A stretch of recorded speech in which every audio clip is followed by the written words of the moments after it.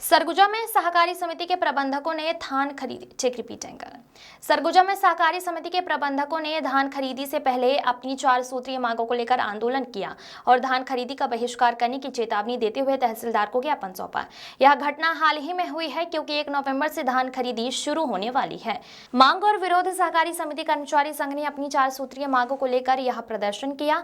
इन मांगों में वेतन विसंगति को दूर करना, सभी कर्मचारियों को नियमित करना और कर्मचारियों को शासकीय कर्मचारी का दर्जा देना शामिल है। संघ ने स्पष्ट चेतावनी दी है कि यदि उनकी मांगे पूरी नहीं की गई तो वो धान खरीदी का बहिष्कार करेंगे। यह विरोध केवल सरगुजा तक सीमित नहीं है बल्कि बिलासपुर, कवर्धा, गाजियाबाद और महासमुंद सहित राज्य के कई अन्य जिलों में भी हुआ है। आने वाले धान खरीदी सत्र को देखते हुए यह विरोध प्रशासन के लिए एक चुनौती बन गया है। यह विरोध प्रदर्शन दिखाता है कि धान खरीदी की प्रक्रिया में सुधार और कर्मचारियों की मांगों को पूरा करना कितना जरूरी है ताकि किसानों को किसी भी तरह की परेशानी ना हो। क्या मामला है? और समिति प्रबंधक के द्वारा क्या बोलते हैं ज्ञापन सौंपा गया है 4 सूत्रीय मांगों को लेके। आने वाले समय में धान खरीदी होना है। उसमें इन लोगों के द्वारा 4 मांग उठाया गया है कि समय पे जो खरीदी होता है उसका उठाव किया जाए और जो काम कर रहे हैं समितियों में उनका वेतन बढ़ाया जाए और जो शॉर्टेज होता है ये सब को लेके इनके द्वारा ज्ञापन सौंपा गया है। आगे हड़ताल में जाने वाले से बताओ। चूँकि इनका द्वारा ये ज्ञापन सौंपा गया है, ज्ञापन को भेज दिया जाएगा और उच्च अधिकारियों से अवगत कराया जाएगा। मेरा नाम मोहम्मद मुस्लिम फिरदौसी है।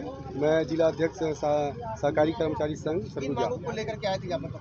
हम लोग अभी धान खरीदी जो चालू होने वाला है शासन का, हम शासन के नीति का विरोध नहीं कर रहे हैं। हमारा मांग ये है कि जो शासन जिस भी अधिकारी को नियुक्त कर रही है समितियां में, उनका जवाबदेही तय करे कि वो धान खरीदी से उठाव तक उनका संपूर्ण जवाबदेही हो, संपूर्ण व्यवस्था का जवाबदेही हो और यदि सुखद होता है तो उसका उनके ऊपर भी भागीदारी हो, अनुबंध में भी उनके हस्ताक्षर हो। ये हमारी मांग है। मांगे पूरी नहीं होती तो क्या करेंगे? हम लोग जो हमारा छत्तीसगढ़ सहकारी जो संघ है उनके तत्वाधान में जो उनका निर्णय होगा वो हमारी निर्णय होगी और हम अनिश्चितकालीन हड़ताल पे जाएंगे। धान खरीदी के बाद उठाव नहीं होने से कितनी परेशानी होती है? धान खरीदी से उठाव स्वाभाविक सा है कि नेचुरल है, धान सूखता है। हम 17% में धान को खरीदते हैं और जब उठाव होता है तो 14%, 13% हो जाता है। उसका सुखद जो राशि है समिति से तय करना चाहिए, समिति वसूल करना चाहिए, लेकिन समिति प्रबंधक को दोषी बनाकर और उनके ऊपर FIR किया जाता है।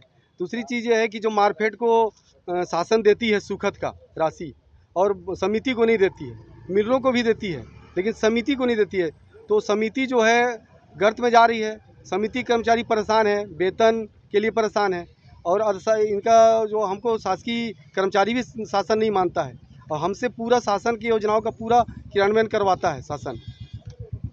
आगे क्या कदम रहेगा? मांग अगर पूरी नहीं होती है तो हम अनिश्चितकालीन हड़ताल करेंगे। अभी 28 तारीख को हमारा संभागीय स्तर धरना होगा, 3 तारीख से हम लोग अनिश्चितकालीन हड़ताल में चले जाएंगे।